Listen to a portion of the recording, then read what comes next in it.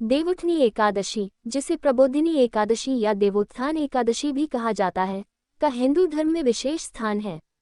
ये कार्तिक मास के शुक्ल पक्ष की एकादशी तिथि को मनाई जाती है और इसे भगवान विष्णु के 4 महीनों की योगनिद्रा से जागने का प्रतीक माना जाता है।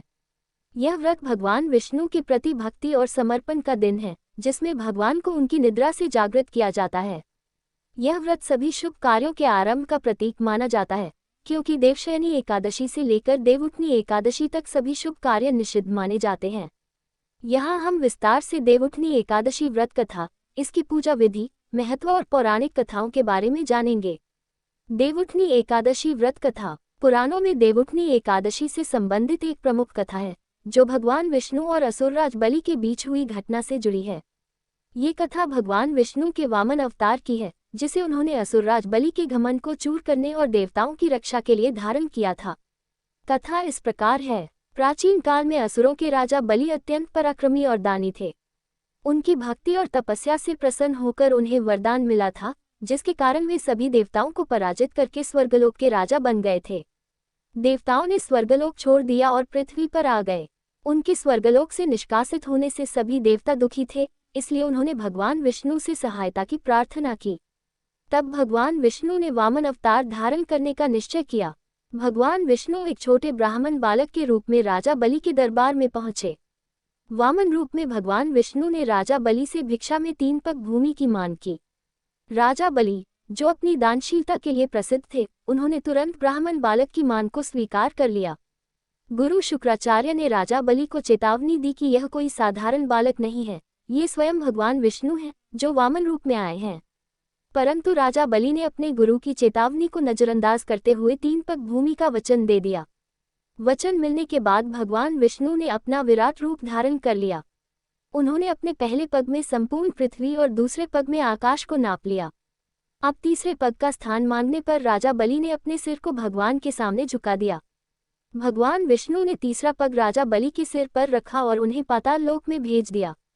बलि की भक्ति और समर्पण से प्रसन्न होकर भगवान विष्णु ने उन्हें वरदान दिया कि वह हर वर्ष 4 महीने उनके साथ रहेंगे।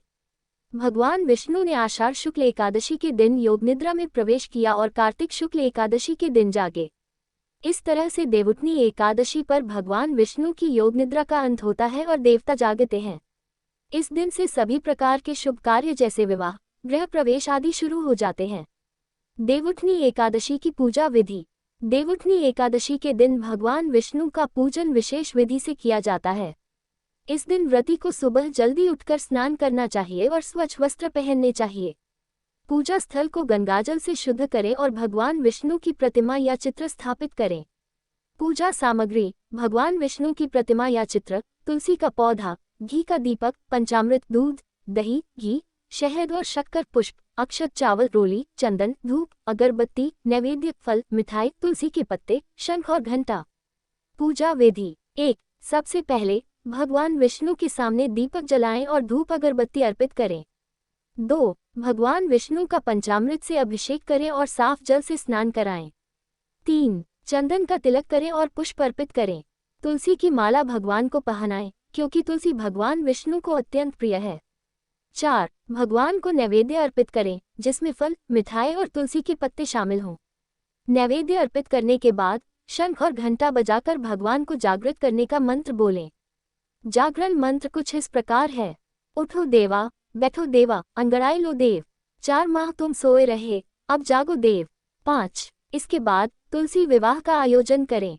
तुलसी और शालिग्राम का विवाह कर विधि अनुसार पूजा संपन्न करें। 6. पूजा के अंत में भगवान विष्णु की आरती करें और परिवारजनों के साथ प्रसाद ग्रहण करें। तुलसी विवाह का महत्व। देवउठनी एकादशी के दिन तुलसी विवाह का भी विशेष महत्व है। इस दिन तुलसी और भगवान विष्णु के प्रतीक शालिग्राम का विवाह किया जाता है। धार्मिक मान्यता के अनुसार तुलसी का विवाह करने से व्यक्ति को कन्यादान का पुण्य मिलता है और सौभाग्य में वृद्धि होती है। तुलसी विवाह के लिए तुलसी का पौधा, शालिग्राम, माला, वस्त्र, सिंदूर, चंदन, पुष्प आदि सामग्री का उपयोग होता है। विवाह के बाद आरती करके प्रसाद बांटा जाता है। देवउठनी एकादशी का महत्व। देवउठनी एकादशी का धार्मिक, सांस्कृतिक और सामाजिक महत्व है। धार्मिक दृष्टि से यह व्रत भगवान विष्णु के प्रति भक्ति और समर्पण का प्रतीक है। इस दिन भगवान विष्णु के जागरण के साथ ही सभी प्रकार के शुभ कार्यों की शुरुआत होती है, जिनमें विवाह, गृह प्रवेश, नामकरण संस्कार, मुंडन आदि प्रमुख हैं। इस दिन भगवान विष्णु को प्रसन्न करने से व्यक्ति के जीवन में सुख समृद्धि का आगमन होता है और पापों का नाश होता है।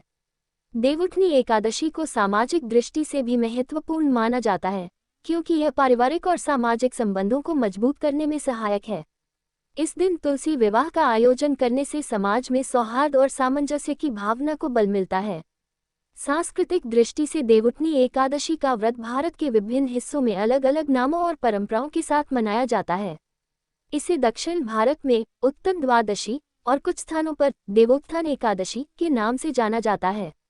देवउठनी एकादशी व्रत का लाभ। देवउठनी एकादशी व्रत को रखने से व्यक्ति को अनेक आध्यात्मिक लाभ प्राप्त होते हैं। इसे करने से भगवान विष्णु का आशीर्वाद मिलता है, जिससे जीवन में शांति, समृद्धि और सुख की प्राप्ति होती है। ऐसा माना जाता है कि जो व्यक्ति देवउठनी एकादशी का व्रत करता है, उसके जीवन से सभी कष्ट और दुख दूर हो जाते हैं। इसके अतिरिक्त व्रतधारी को मोक्ष की प्राप्ति होती है और उसके पूर्वजों को भी शांति मिलती है। व्रत रखने से मानसिक शांति और आत्मिक बल मिलता है। यह व्रत शरीर को भी शुद्ध करता है और मन को पवित्र बनाता है। यह व्रत आध्यात्मिक उत्थान का मार्ग है, जिसमें व्यक्ति भगवान के प्रति समर्पित होकर अपने मन की शुद्धता प्राप्त करता है। निष्कर्ष: देवउठनी एकादशी का व्रत भगवान विष्णु की कृपा प्राप्ति का एक महत्वपूर्ण साधन है। इस व्रत को करने से व्यक्ति अपने जीवन में सुख, शांति और समृद्धि का अनुभव करता है। साथ ही यह व्रत समाज में सद्भावना, प्रेम और सामाजिक एकता का प्रतीक भी है।